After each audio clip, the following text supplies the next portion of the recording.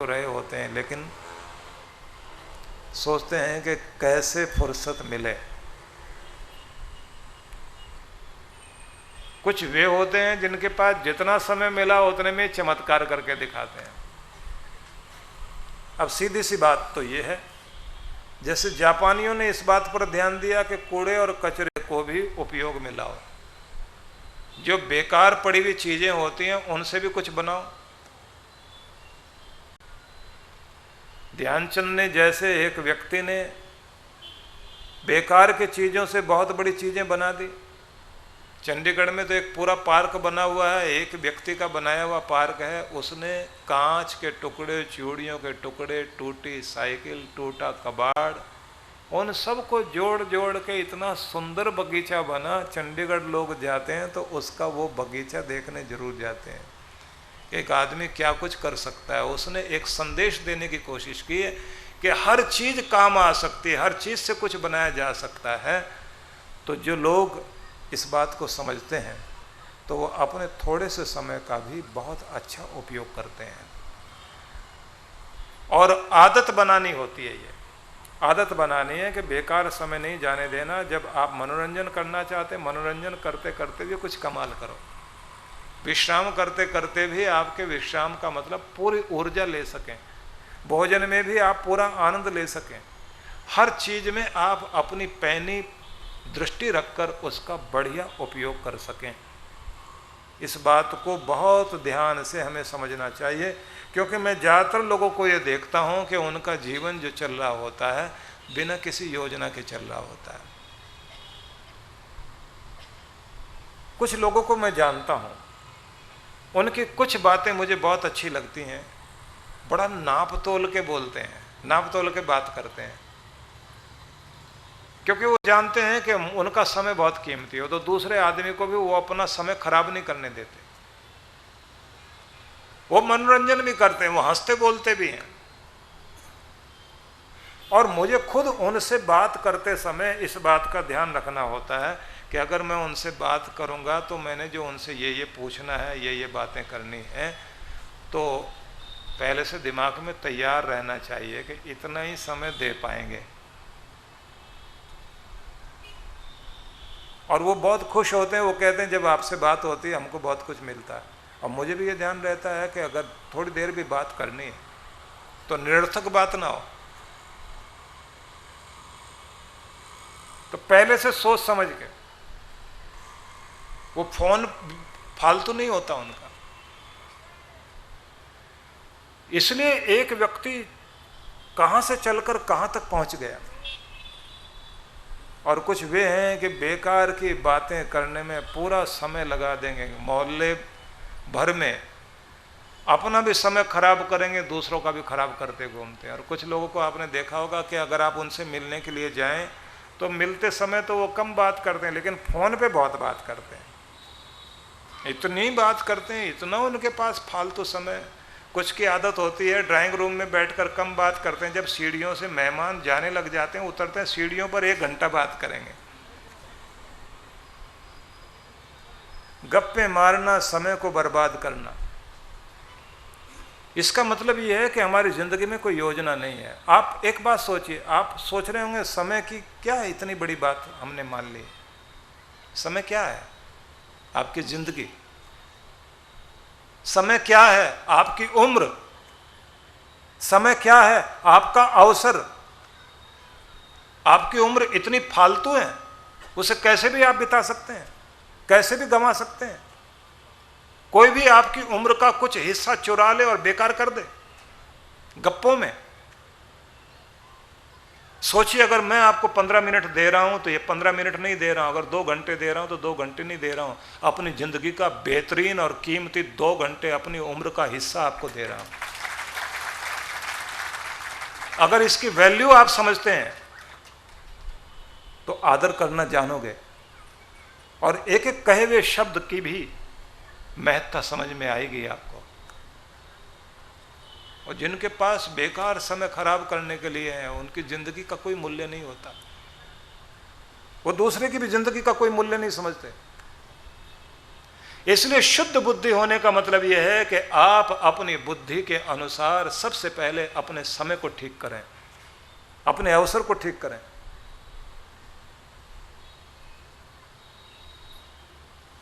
और एक बात ध्यान रखिए,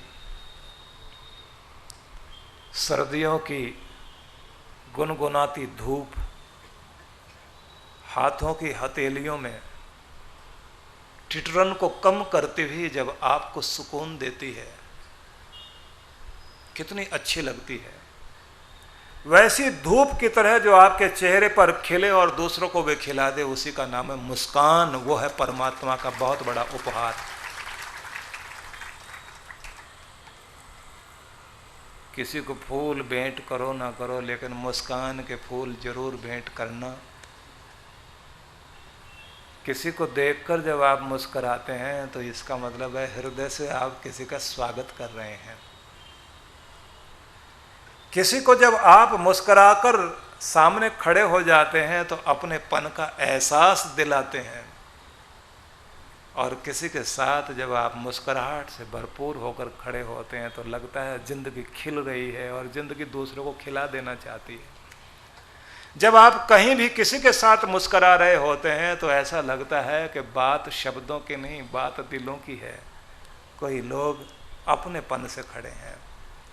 जब मुस्कुराहट लेकर कोई अपनी दुकान पर खड़ा होता है, वो निमंत्रण दे रहा होता है लक्ष्मी माता को, आओ यहाँ विराजमान हो, क्योंकि लक्ष्मी मुस्कुराहट में बसा करती है।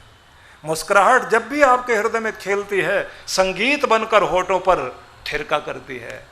मुस्कुराहट जब भी आपके अंदर जागती है, परमात्मा की कृपाएं जागती हैं। इसलिए आप सोचिए, दुनिया में अगर बहुत कुछ भगवान ने बनाया है, उनमें सबसे सुंदर बनाए हैं फूल, और फूलों से भी ज़्यादा अगर सुंदर को दुनिया में है तो वह है आपकी मुस्कुराहट। ये देन है भगवान की। शुद्ध बुद्धि वाला व्यक्ति अपनी मुस्कुराहट से भरपूर होकर जिया करता है। क्यों चेहरा लटकाना, क्यों दुखी होना। इसलिए मैं कहता हूं ना, गम सहकर भी मुस्कुराओ जिंदगी में, यहां बुज़दिलों की गुजर नहीं होती। बार बार बोलता हूं ना, आपने याद कर लिए शब्द।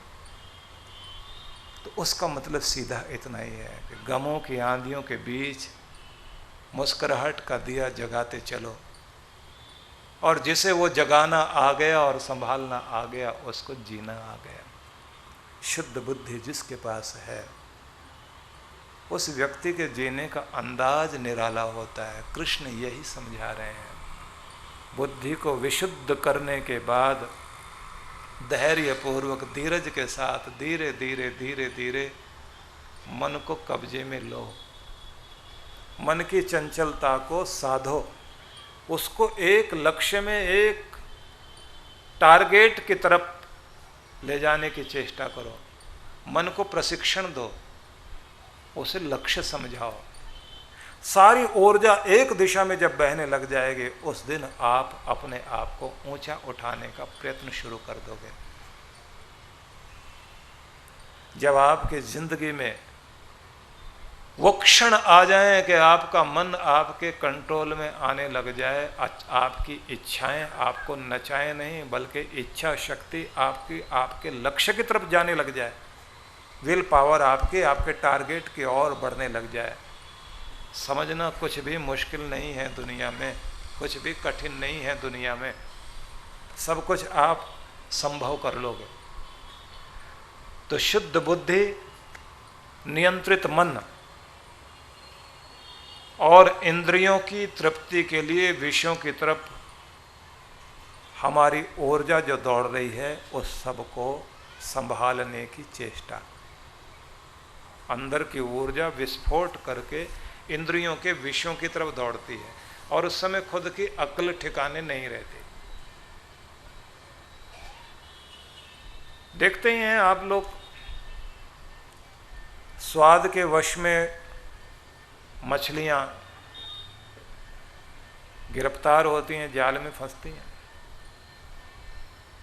कुछ चीज़ें सुगंध को लेकर फंसा करती हैं, कुछ स्पर्श को लेकर फंसते हैं।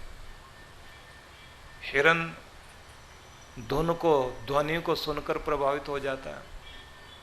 तो जैसे कहते हैं ये जानवर एक एक विषय के कारण बंध जाते हैं, और आदमी के साथ तो 5 विषय हैं। जीभ के स्वाद में मछली गई, तो एक ही विषय के कारण फंसी ना। और आदमी के पास 5 हैं और पांचों अपनी अपनी तरफ खींचते हैं, तो आदमी की दशा क्या होती है। तो जो इनको बांध सके और संभाल सके, आप कहेंगे इतना कठिन काम बताया भक्ति के लिए, ये तो कभी संभव होगा नहीं। सीधी सी बात है, थोड़ी थोड़ी चेष्टा करो अपने आप को कंट्रोल करने की। इसीलिए तो अपने देश में ये व्रत उपवास चलते हैं ना, इनमें यही तो सिखाया जाता है कि आज आपको जो व्रत करना है तो बिना स्वाद वाला भोजन आप करोगे, नमक के बिना भोजन करोगे। तो वो सब ऐसी चीज़ें हैं जिससे आप अपने को कंट्रोल करना सीखते हैं। जब आप कंट्रोल करना सीखते हैं तो आपको अपने मन को वश में करने की ताकत आती है। और जो लोग इस तरह से समझ जाते हैं तो उन लोगों की बात कुछ और होती है। गांधी जी ने नमक को छोड़ा क्योंकि पत्नी को डॉक्टर ने कह दिया इनको नमक नहीं खाना चाहिए, और पत्नी ने कह दिया नमक के बिना भोजन नहीं हो सकता, हम भोजन छोड़ देंगे लेकिन खाना नहीं छोड़ेंगे, मतलब हम नमक नहीं छोड़ेंगे। और ये भी साथ में कह दिया अगर आपको छोड़ना पड़े तो आपको पता लगे, आप हमको समझा रहे हैं। गांधी जी ने कहा हमने तो आज से छोड़ दिया। पत्नी बड़बड़ा रही है बाहर खड़ी होकर, 2 दिन में पता लग जाएगा, बड़ी बड़ी बातें कर रहे हैं, नमक के बिना खाना होता है कोई। कस्तूरबा जब ये कह रही थी, गांधी मुस्करा रहे हैं अंदर खड़े हुए। 7 दिन हो गए बिना नमक का भोजन करते हुए। 7वें दिन पत्नी ने हाथ जोड़े और कहा मैं हारी आप जीते, आप तो कम से कम नमक डाल के खाओ ना। अब गांधी बोले मैंने ऐसा पढ़ा है कि हर सब्जी में जितना नमक चाहिए उतना भगवान ने पहले डाल रखा, हम लोग फालतू का डाला करते हैं, तो इसलिए मेरा काम तो चल रहा है। तो रोने लगी और कहने लगी आप मेरे लिए कितना त्याग क्यों करते हो। तो गांधी कहते हैं त्याग अपनों के लिए व्यक्ति करता है, लेकिन ये त्याग बुद्धिपूर्वक है। कस्तूरबा कहती आपका अपने ऊपर कितना कंट्रोल हो गया है, था नहीं कहा, कितना कंट्रोल हो गया है। तो इसका मतलब क्या हुआ, गांधी अगर कुछ दिखाई देते हैं उस व्यक्तित्व में कहीं न कहीं वो प्रयोग हैं। एक दुर्बलता को जीतते जीतते वो अपने आप को कितना सबल बना गए, और ऐसा सबल व्यक्ति पूरे संसार को हिलाने की ताकत रखता है। खुद को जीत लिया पूरी दुनिया को जीत लोगे, और परमात्मा के प्यार को जीतना तो फिर कठिन रह नहीं जाएगा। तो निवेदन है रोज रोज अभ्यास करें, परख करें अपनी, और थोड़ी थोड़ी प्रैक्टिस करने से आपको लाभ होगा ही। आप भोजन को जब ये ध्यान में रखकर खाएंगे, स्वाद या सेहत दोनों में से एक चुनना है, तो आप क्या कहेंगे, कभी कभी स्वाद कर लेंगे लेकिन रोज रोज स्वाद के चक्कर में नहीं पड़ेंगे, रोज रोज तो सेहत के चक्कर में पड़ेंगे, सेहत पर ध्यान देंगे। तो इसका मतलब हो गया शुद्ध बुद्धि, समझदार, नियंत्रण वाला इंसान। कभी कभी टेस्ट के लिए कोई चीज़ खा ली, थोड़ा थोड़ा चख लिया, लेकिन पहले इस बात को ध्यान में रखकर कि इससे मुझे मिलेगा क्या। तो जब आप इतने स्वास्थ्य के बारे में संजीदगी से सोचने लग जाते हैं तो आपको अपने ऊपर नियंत्रण आ गया, और नियंत्रण का प्रभाव सेहत का लाभ, नियंत्रण का प्रभाव भक्ति लाभ, नियंत्रण का प्रभाव उन्नति होना। सोचिए रोम कभी 7 पहाड़ियों पर बसा हुआ पूरी दुनिया में राज करता था। मिस्र की सभ्यता दुनिया में दूर दूर तक फैली हुई थी, नील घाटी के किनारे बसी हुई वो सभ्यता पूरी दुनिया में उसने अपना प्रभाव दिखाया था। कभी किसी समय यूनान का बहुत दूर दूर तक प्रभाव था, इसलिए जो ये कहा जाता ना, यूनान मिस्र रोमा सब मिट गए जहाँ से, बाकी मगर अब तक नामो निशा हमारा। कुछ बात है कि हस्ती मिटती नहीं हमारी, सदियों राह है दुश्मन दौरे जहाँ हमारा। ये जो डॉक्टर इकबाल की बात कही जाती है ना, तो वो सच है। इतिहासकारों ने इतिहास में इस बात का उल्लेख किया कि ये सभ्यताएं जो दुनिया में राज किया करती थी, तो ये पनपी कैसे और नष्ट कैसे हुई। तो वहाँ पर लिखा है कि जिस समय ये लोग बहुत परिश्रमी, खुद पर कंट्रोल करने वाले, खुद पर काबू करने वाले, बहुत डिसिप्लिन और अनुशासन वाले लोग थे, इन्होंने दुनिया पर राज किया। और जिस दिन इन लोगों ने विलासिता में कदम रख दिया, उस दिन से इनका पतन होना शुरू हो गया। रोमन लोगों के बारे में कहा जाता था कि अंजीर की चटनी और रोटी पर अंजीर की चटनी रखकर खाने वाले लोग, चमड़े के कपड़े पहनने वाले लोगों ने अपने बल और इच्छा शक्ति से दुनिया में दूर दूर तक राज फैलाया अपना। और जिस दिन वो विलासी हो गए, नाच रंग में डूब गए, उस दिन उनकी ताकत अपनी जगह भी नहीं रही। अंग्रेजों का साम्राज्य पूरी दुनिया में था, और जब मिट गए, तबाह हुए, तो अपनी गलतियों से, जब वो बहुत विलासी होते चले गए, परिणाम एक मुट्ठी भर छोटा सा देश दिखाई देता है। हिंदुस्तान कितना बड़ा है, कभी इनके ऊपर वो राज करते थे। तो कैसे बढ़ता है, कोई कौन कैसे बढ़ती है और कैसे मिटती है, जब इस इतिहास को देखते हैं तो इसी को साथ में अपने को जोड़ के देखिए कि कैसे हम बढ़ते हैं और कैसे हम घटते हैं। तो कृष्ण भगवान ये कहते हैं कि जब तुम नियंत्रण लगाते हो अपने आप पर, तो तुम्हें बढ़ने का मौका मिलता है। और बढ़ने में जहाँ दुनिया का ऐश्वर्य मिलता है, उसी के साथ ईश्वर की कृपाएं भी तुम्हें प्राप्त होती हैं, भक्ति भी तुम्हें प्राप्त होती है। कृष्ण ये भी समझाते हैं कि तुम्हें इस बात का ध्यान रखना है कि तुम्हारी इंद्रियां तुम्हें जिधर लेकर जा रही हैं, उससे अपने को बचाना है, उन गड्ढों से बचाना जहां गिर के तुम अपना पतन कर लोगे। लेकिन कृष्ण ये भी कहते हैं कि परमात्मा के आकर्षण में तुमने अपने आप को जरूर जोड़ लेना। परमात्मा के आकर्षण में जब अपने को बांध लोगे तो फिर हालत कुछ और ही हो जाएगी। महात्मा बुद्ध की जीवन गाथा में बहुत तरह तरह के वर्णन आते हैं।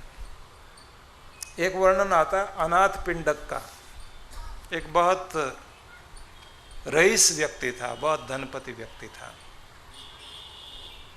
बड़ा दानी, बड़ा नाम वाला व्यक्ति, और बहुत दूर दूर तक उसका नाम था, बड़ा दाता था।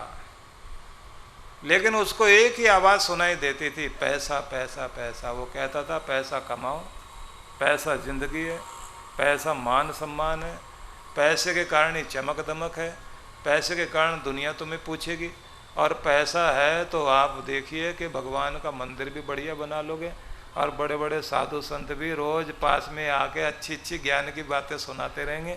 इसलिए पैसा बहुत बड़ी चीज़ है।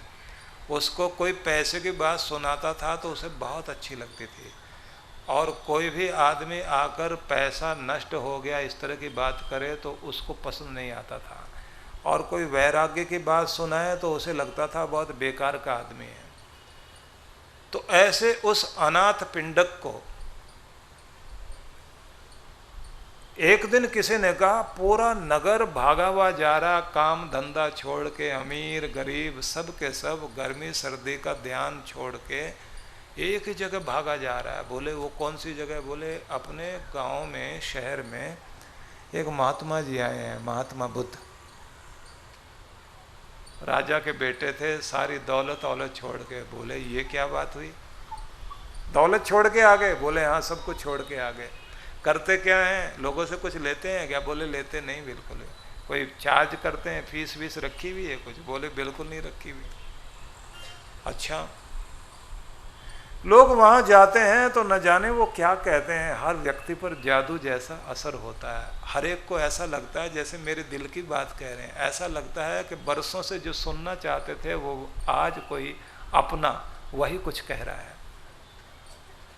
बड़ी तारीफ सुनी, इसके मन में आया कि चलो जाकर देखते तो हैं कि कहते क्या हैं। गए, पहले तो लोगों को देखा ध्यान से, इतने बड़े बड़े लोग सारे के सारे आके बैठे हुए हैं, कमाल की बात है। फिर ध्यान में आया जरूर कोई काम की बात कहते होंगे, तो बैठ के सुना।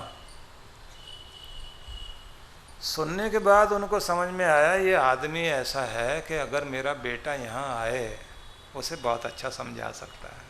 मेरा बेटा बिल्कुल बिगड़ा हुआ है, काम धंधे पर तो ध्यान ही नहीं देता, बिजनेस पर कोई ध्यान नहीं है, रुपया पैसा कमाने का ध्यान नहीं है, और इन्होंने कर्तव्य के बारे में बहुत अच्छा बताया, तो मैं भी उसको बहुत भाषण देता हूँ, मेरी तो सुनता नहीं, इनकी अगर सुनेगा ना कमाल हो जाएगा। वो बेटे के पास गए और जाके बोले बड़े ज्ञानी व्यक्ति आए हुए, एक बार तू जाके सुन तो सही, कमाल हो जाएगा। उसने कहा अपना ज्ञान अपने पास रखो, मुझे किसी की कोई बात नहीं सुनने। बोले बुद्ध आए, बोले कोई भी आए, बड़े बड़े लोग सुन रहे हैं, बोले हमको क्या लेना देना, बड़ा सुने या छोटा सुने, हमने तो नहीं सुनना। पिता के मन में आया कि मेरा ही बेटा है, जेब से एक थैली निकाली और कहा ये देख रहा आवाज सुनता, खन खन की आवाज। बोले हाँ सुन रहा हूँ। बोले 100 सिक्के हैं इसमें और सोने के हैं। बोले मतलब एक दिन सुन के आएगा 100 सिक्के दूंगा। और उसने कहा फिर अगर ऐसी बात है तो फिर चलते हैं, पर एक बात बताऊं, जितने टाइम तक सत्संग चलेगा वहाँ बैठूंगा मैं जरूर, लेकिन मेरा मन वहाँ नहीं बैठा हुआ होगा, ना मेरा दिल वहाँ बैठा हुआ होगा, मैं तो वहाँ टाइम पास करूंगा और आते ही थैली ले लूँगा आपके हाथ से, जो आप खन खन कर रहे हो ना ये छीन लूँगा। वो गया, बैठ के आ गया। घर में जैसे आया अनाथ पिंडक ने उसको थैली पकड़ा दी और कहा बैठ के आया। बोले बहुत बोर जगह थी, पता नहीं लोग क्यों बैठते हैं वहां पर। इन्होंने कहा दूसरी थैली लेगा? बोले बिल्कुल नहीं, अभी तो यही खर्च करूंगा क्योंकि ऐसी जगह होकर आया हूं, दोबारा तो जाना नहीं है। कोई नाच रंग होता, कोई ढोल की थाप होती, कुछ और आनंद होता, कुछ थोड़े हंसने मुस्कुराने की बात होती, कुछ थोड़ा सा मस्ती भरा माहौल होता तो बात और थी। ऐसी जगह बैठ के ज्ञान ध्यान वह क्या करेंगे जाकर। कुछ दिन इसने जो है वो पैसे खर्च किए, खर्च करने के बाद में पिता ने फिर कहा एक थैली और लेगा? बोले हाँ, जा फिर सुन के आ। ऐसे कई बार उसको भेजा। नौकर से पूछता था बेटा आ गया क्या? एक दिन ऐसा हुआ 3 दिन बेटा लगातार घर में नहीं आया। पता कराया कहाँ गया? बोले वहीं बैठा हुआ है, घर नहीं आता। बोले घर भी नहीं आता। अनाथ पिंडक सेठ मिलने के लिए वहीं चल पड़ा। अपने बेटे को देखा वहीं बैठा हुआ। बेटा कैसा लगा? बोले गलती हो गई हमसे, इतनी बार तो हम आए थे तो आके ऐसे ही मन कहीं और होता था, हम कहीं और होते थे, तन वहाँ छोड़ देते थे, मन को कहीं और जाने देते थे, गलती से हमने इनकी बात सुन ली। बोले फिर क्या हुआ? बोले थैली भूल गए हैं। अब क्या हुआ? बोले अब तो मन कहता है कि यहीं रहना है। अब रास्ता मिल गया और अब समझ में आ गया कि आप एक मूर्खता भरा जीवन जी रहे हो। कमाना तो ठीक है, जिंदगी जीना भी ठीक है, लेकिन जीवन में जो फूल खिलने चाहिए वो नहीं खिल पा रहे। उन्होंने पूछा कि क्या कहना चाहता है? बोले एक चिड़िया भी उतना ही बड़ा घोंसला बनाती है जितने में वो रह सकती है। चूहा भी बिल उतना ही बनाता है जितने में रहेगा। शेर भी उतनी मांद बनाता है जितने में वो रह सकता है, उसका तन आ जाए। और आप खाने का ध्यान नहीं, सोने का ध्यान नहीं, चैन नहीं, नींद नहीं, प्रसन्नता नहीं, प्रफुल्लता नहीं, सारा दिन पैसा पैसा पैसा पैसा। क्या कर रहे हो आप? और अंदर की मस्ती क्या होती है उसका पता है आपको? कभी आंखें बंद करके बैठ करके तो देखो, पूरी दुनिया को सुनते हो, कभी दुनिया के मालिक की तो सुन के देखो। बाप ने उसको हिला के कहा तू कह क्या रहा है, तेरी बुद्धि को क्या हुआ? और उसके बाद बोला बहुत सारा पैसा मैंने थैलियां इकट्ठी करके रखी है, सब दूंगा, चल दुकान पर। इसने कहा कि अब पिताजी आप भी यहीं आ जाओ, अब मुझे वो मिल गया जहां कोई दुनिया का खजाना मुझे खींच नहीं सकता, अब तो सबसे बड़ा खजाना मुझे मिल गया, अब लौटने वाला नहीं।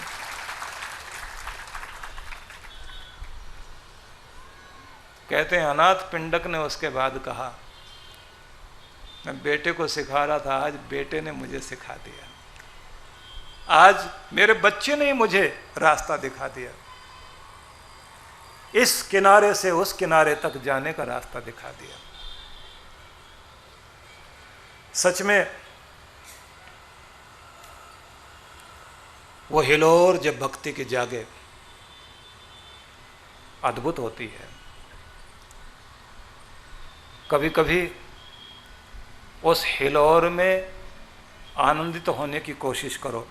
कोई कीर्तन सुनते सुनते आप थोड़ी देर के लिए अपने आप को भुला दें, किसी कविता को, किसी शब्दावली को सुनते सुनते आप स्वयं को भुला दें। कुछ ऐसे शब्दों को संजोकर मन को वहां लेकर चलिए। बहो मेरी नदिया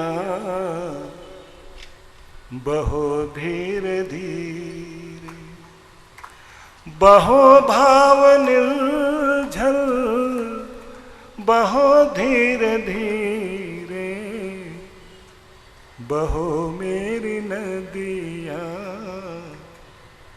बहो धीरे धीरे, बहो यो जमाना बहे साथ तेरे, बनो एक तराना कि सब गुनगुनाए। हृदय के वनों में गहन घाटियों में, कहो मौन मुखरित स्वयं की कथाएं। उड़ो मेरी मैना उड़ो होले होले, बहो मेरी नदिया बहो धीरे धीरे, बहो भाव निर्झल बहो धीरे धीरे। ये भाव है, भाव को जगाइए। उड़ो इस तरह चित आकाश में तुम्हें देख सब ही पंख फड़फड़ाए। उड़ो यो उन्हें याद आ जाए खुद की, जुड़ो यो के सब के हृदय ही जुड़ाए। खिलो मेरी कलियां खिलो मेरी कलियां, हृदय व्रंत पर तुम खिलो मेरे फूलवा, खिलो धीरे धीरे, खिलो मेरे फूलवा, खिलो धीरे धीरे। खिलो यो के देख खिले चित्त सारे, कि कोई गीत गाओ भजन गुनगुनाओ। डुबो दो सभी को सुरभि सिंधु में तुम, कि सौंदर्य का राज सबको सुनाओ। झरो मेरी बदली सुधा वर्षणी बन, झरो मेरे मेघा झरो धीरे धीरे, झरो मेरे मेघा झरो धीरे धीरे। बहो मेरी नदियाँ बहो धीरे धीरे, झरो यो बहारों के मेले जुड़े नित, कहीं मोर नाचे पपीहा पुकारे। बहे सुख सरिता तोड़ सब किनारे, कहो मेरी मस्ती बहकते हुए कुछ, कहो मेरे मनवा, कहो मेरे मनवा, कहो धीरे धीरे, बहो मेरी नदिया, बहो धीरे धीरे, बहो भाव निर्झर, बहो धीरे धीरे। मदिर सा कहो कुछ, मधुर सा कहो कुछ, कि जो कोकिला की कुहुक वाम वन में, कि जैसे चटक कल कली कह उठे कुछ, छिड़े तान जोड़े धरा को गगन से, रहो मेरे मितवा, रहो मेरे मितवा, रहो साथ मेरे, हृदय की कहानी कहो धीरे धीरे, हृदय की कहानी कहो धीरे धीरे, बहो मेरी नदिया, बहो धीरे धीरे, बहो भाव निर्जल, बहो धीरे धीरे। तो भाव जागें, भाव विभोर हों, आनंद के क्षण जीवन में उतरें, तो कभी एकांत में, जैसे नानक एक सांझ बदलिया घिरी हुई और झड़ी लगी हुई, बूंदों की बौछार हो रही है, पत्ते खड़ताल बजा रहे हैं, झिंगूर तान छेड़ रहे हैं, पपीहा गा रहा है, और गुरु नानक भी छोटे बच्चे ही थे,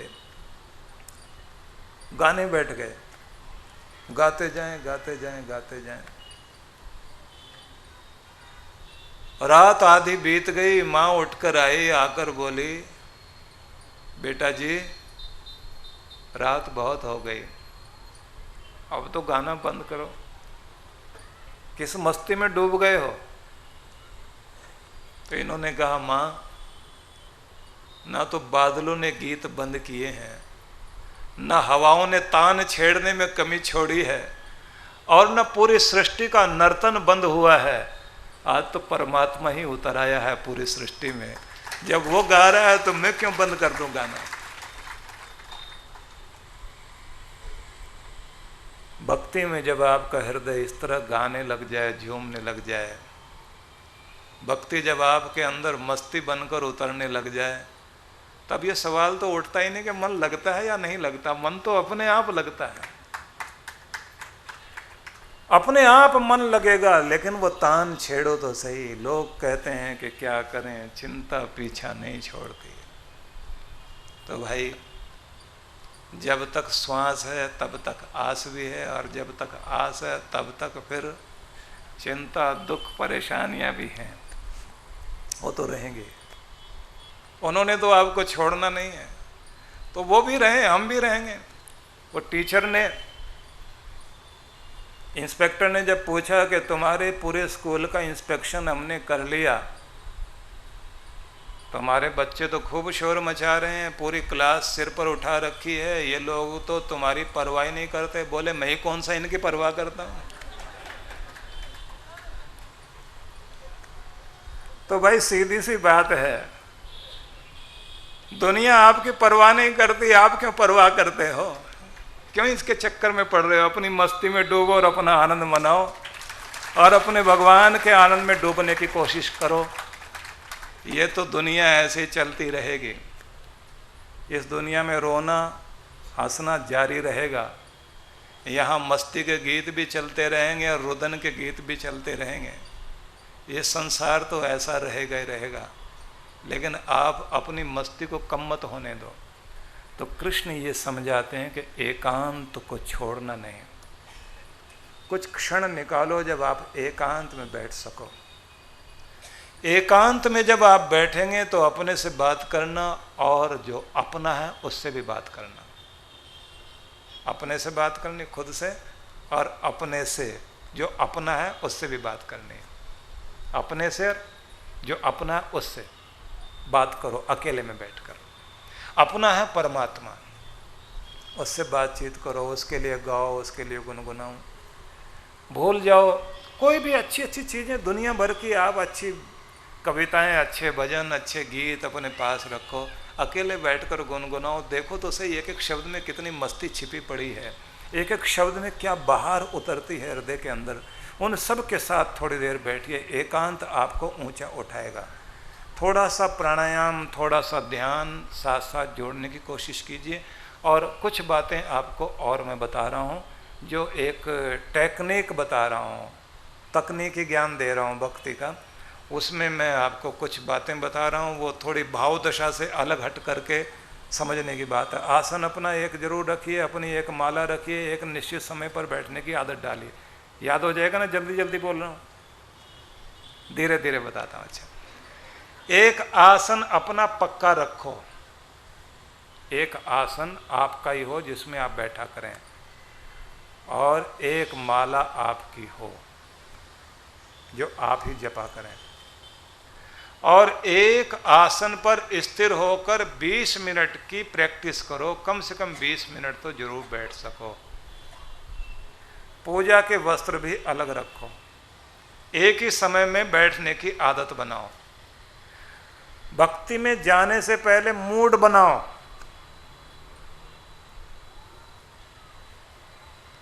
ये टिप्स दे रहा हूं आपको, मूड बनाकर जाइए। जैसे मांगने का मूड बनाते हो जब तिरुपति जाते हो या वैष्णो देवी जाते हो, जा रहे हैं, जाते जाते जय माता दी जय माता दी। और कई लोग होते हैं ना, आजकल बच्चे भी जाते हैं, और आप उनकी तरफ देखकर जय माता दी बोलो तो कहते हैं सेम टू यू। वो बेचारे बोल नहीं पाते, वो कहते हैं सेम टू यू। तो मूड बनाते हुए जा रहे हैं आप, जय माता दी जय माता दी जय माता दी बोलते बोलते, फिर आप आगे बोलते बोलते क्या मूड बनाते हैं, मांगना क्या है, कहना क्या है, जल्दी से बोल देना जाते। फिर छटनी करते हैं आप, इतनी सारी चीजें, ये भी मांगना ये भी मांगना, नहीं इतना तो कहने का मौका ही नहीं, एक ही चीज मांग पाएंगे, एक ही कह पाएंगे। तो फिर आप सब चीजों में से एक को ही लेकर आते हैं, और जब सामने जाते हैं तो पहले तो प्रणाम भी भूल जाते हैं कि पीछे वाले धक्का दे रहे हैं, बस सीधा कह देते हैं प्लाट, कॉर्नर वाला प्लाट, उसी के लिए आया हूं। होता क्योंकि आदमी के पीछे भीड़ है, धक्के लग रहे हैं, तो आदमी वहां सोच लेता प्रणाम भी नहीं किया जा सकता, प्रणाम तो पहले ही हो गया, अब तो मांगना है। वहां की मनोदशा अलग तरह की होती, लेकिन मूड उसी समय बन जाता है जब यात्रा चल रही होती है, जो पैदल चलते जा रहे हैं, बोलते जा रहे हैं, बोलते जा रहे हैं, बोलते जा रहे हैं। ऐसे जब स्नान कर रहे हैं तो मूड बनाना शुरू करो, वहीं से मंदिर में बैठूंगा, परमात्मा का नाम तू ही है, तू ही है, तू ही मेरा सब कुछ है, तू सर्वशक्तिमान, तू दयालु, तू कृपालु, तू असीम, तू अनंत, तू सच्चिदानंद स्वरूप, तू ही मेरा राम, कण कण में बसने वाला, तू ही आकर्षण का केंद्र मेरा कृष्ण, तू ही अंतर्यामी गोविंद, तू ही दुर्गा, दुर्गति से बचाने वाली माँ शक्ति। मैं तुझे प्रणाम करता हूँ, तेरे दर पर आ रहा हूँ तुझे प्रणाम करने के लिए। मेरा प्रणाम स्वीकार करना, मेरे बच्चों का प्रणाम स्वीकार करना, मेरे पितरों का भी प्रणाम स्वीकार करना। मूड बनाते हुए जा रहे हैं, जैसे आप वहाँ जाकर बैठे, गणपति भगवान आपको प्रणाम, सभी देवी देवताओं को प्रणाम, और आसन पर आप बैठ गए। फिर आप कहते हैं सद्गुरु तुझे प्रणाम करता हूँ, तेरी कृपा से भक्ति मिली, तेरी कृपा से मंत्र मिला, तेरी कृपा के कारण स्थिर होने लगा हूँ, तेरी कृपा के कारण कुछ नियम मेरे बनने लगे हैं।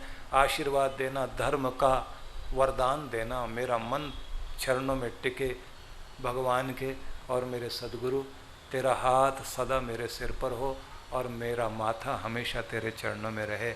ऐसा भाव बनाकर सद्गुरु को प्रणाम कर लेना, और फिर थोड़ा प्राणायाम करके और मन को एकाग्र करना, मन को टिकाना। मैं टेक्निक सिखा रहा हूँ इस समय आपको, इससे पहले जो कुछ बता रहा था वो भाव दशा थी। टेक्निक बताना भी जरूरी होता, तकनीकी ज्ञान देना बहुत ज़रूरी है, टिप्स दे रहा हूँ।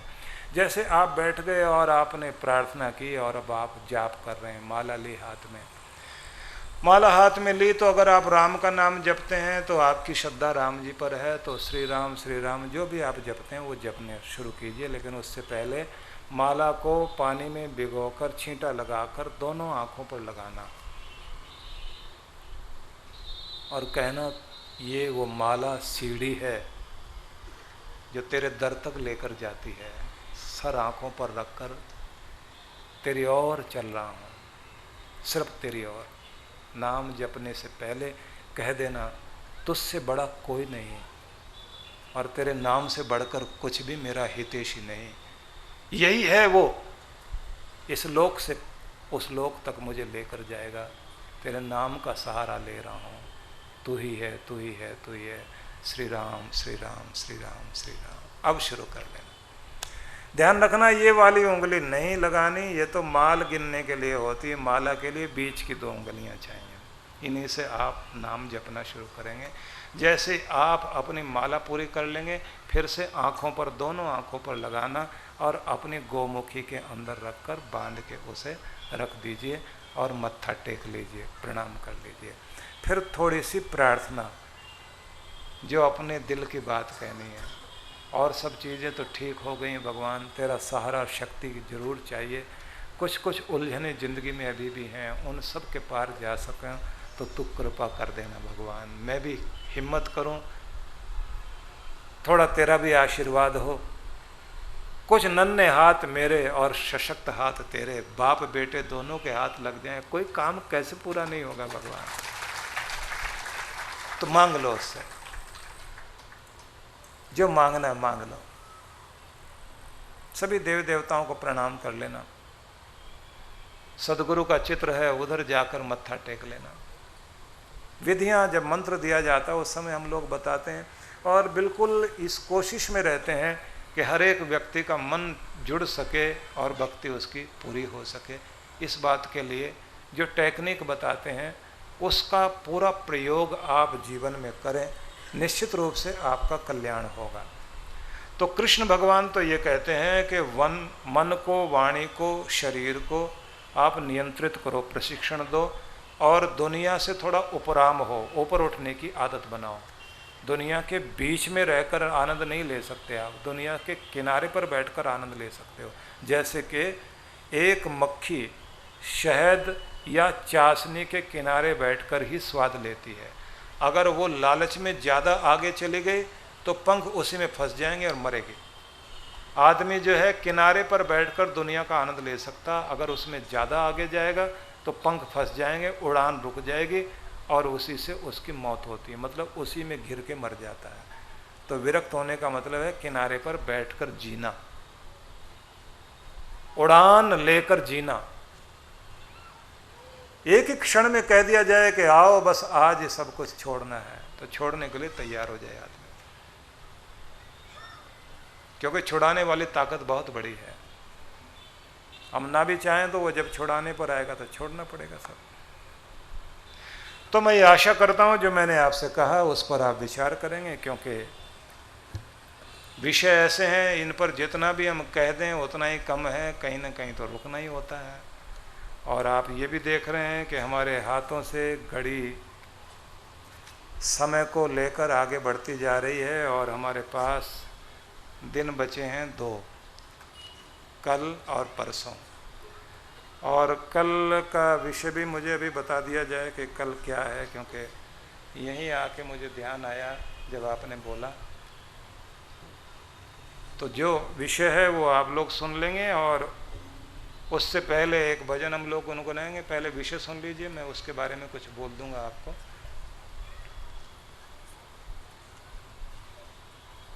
वैसे तो ये सभी जितने भी विषय कहे गए हैं सभी अलग अलग रंग के एक चाट मसाला था, किसी दिन किसी तरह का, किसी दिन किसी तरह का, लेकिन है बहुत काम का।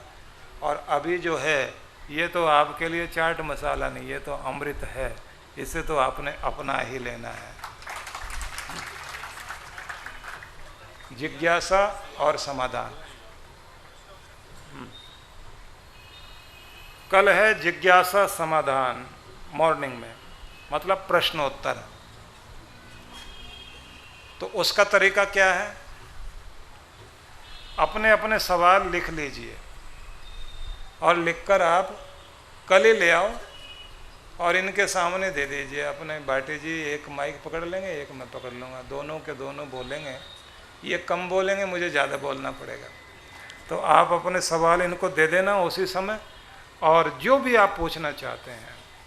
लेकिन ये ज़रा ध्यान रखना कि जो आप पूछें वो सबके मतलब का पूछिए, क्योंकि एक बार एक माता ने मेरे से पूछा कि किराएदार को भगाने का मंत्र बताओ।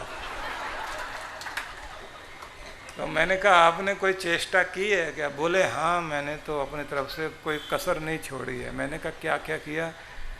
बोले मैंने एक काम किया, अपना जो कूलर है ना, वो हम ऊपर रहते हैं, वो नीचे रहता है, तो उस कूलर को थोड़ा लीक कर दिया, पानी उसी के सामने गिरता रहता है हर समय। मैंने कहा और क्या क्या किया? बोले मैंने धुआं भी किया कहीं कहीं बार मिर्चों का, उसी की तरफ पंखा चलाती थी, पर वो भी ऐसा पक्का स्टील का निकला, हिलता ही नहीं वहाँ से। बड़े बड़े प्रयोग उसने बहुत सारे बताए, मैं इसलिए नहीं बता रहा हूँ आपको क्योंकि ऐसा बताना भी ठीक नहीं, कहीं कोई ऐसा ही ना शुरू कर दे। बाद में वो मेरे से बोले वाह कोई मंत्र बताइए। मैंने कहा ऐसे मंत्र मुझे तो नहीं आते भाई। तो ऐसे सवाल मत कर देना, और ऐसा भी नहीं कर देना जैसे किसी ने, टीचर ने अपने एक विद्यार्थी से पूछा कि एक बार बता, कुर्सी के 4 पाँव और टेबल के भी 4, अब मेरी उम्र बता कितनी? उसने कहा साहब लगता है आपकी उम्र 44 साल की है। बोले वाह, 4 जोड़ लिए तूने? बोले नहीं साहब मैंने ऐसे नहीं जोड़ा। कैसे जोड़ा? बोले मेरे घर में जो है ना, मेरा भाई है, उसकी उम्र 22 साल है। बोले कैसे? बोले 22 साल है उसकी उम्र, और उसको लोग आधा पागल कहते हैं। समझ में आ गई बात? कि इस ऐसे जोड़ा मैंने। तो ऐसा पूछने वाला ऐसा जवाब देने वाला, तो ऐसा पूछोगे तो ऐसा जवाब मिलेगा। तो ये सोच लेना कि जो पूछना आपने उपयुक्त हो, सबके काम आए। आइए भजन गुनगुनाए, क्योंकि 5 मिनट भजन के लिए छोड़े हमने।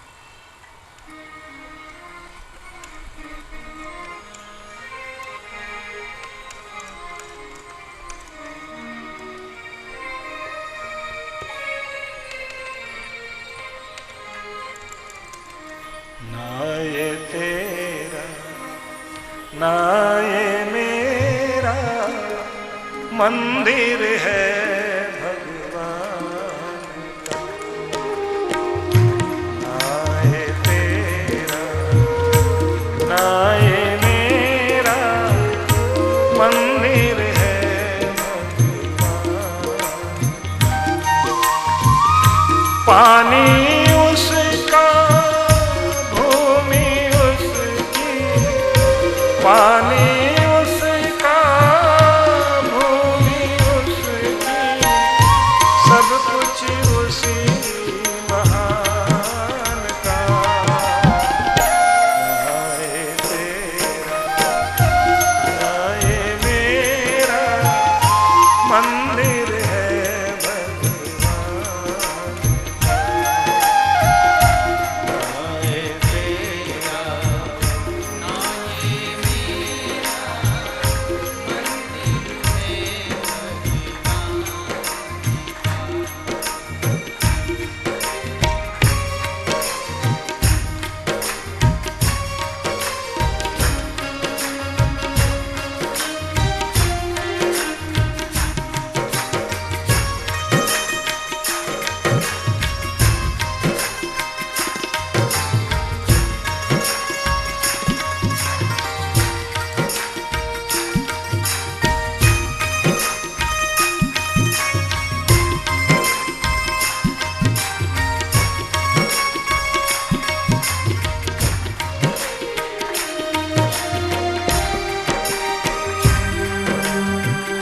हम सब खेल खिलौने उसके, हम सब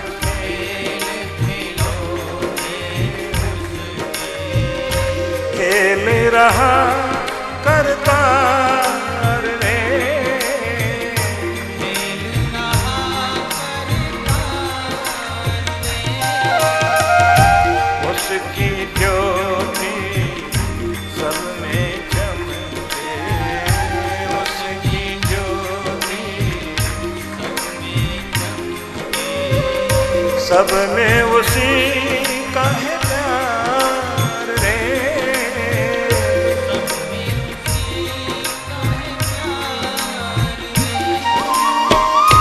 मन मंदिर में दर्शन कर ले, मन मंदिर में दर्शन कर ले, उसका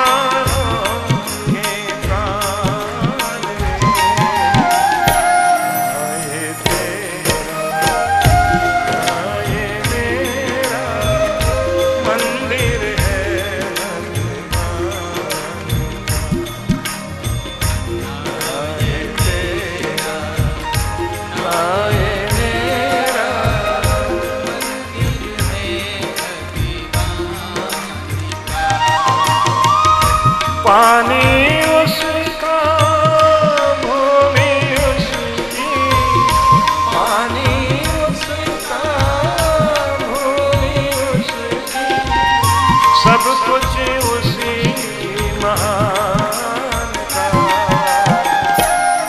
आए तेरा आए मेरा मंदिर है भगवान।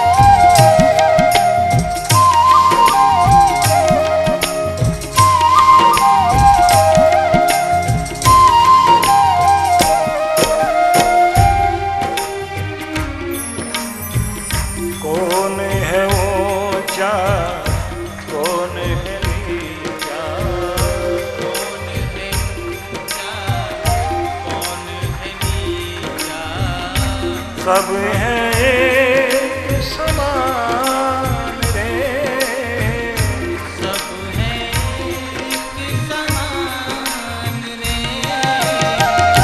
प्रेम की ज्योति जगह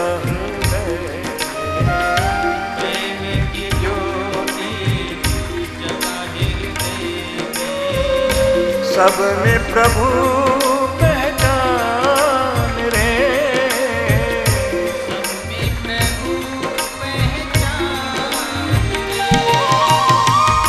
सरल हृदय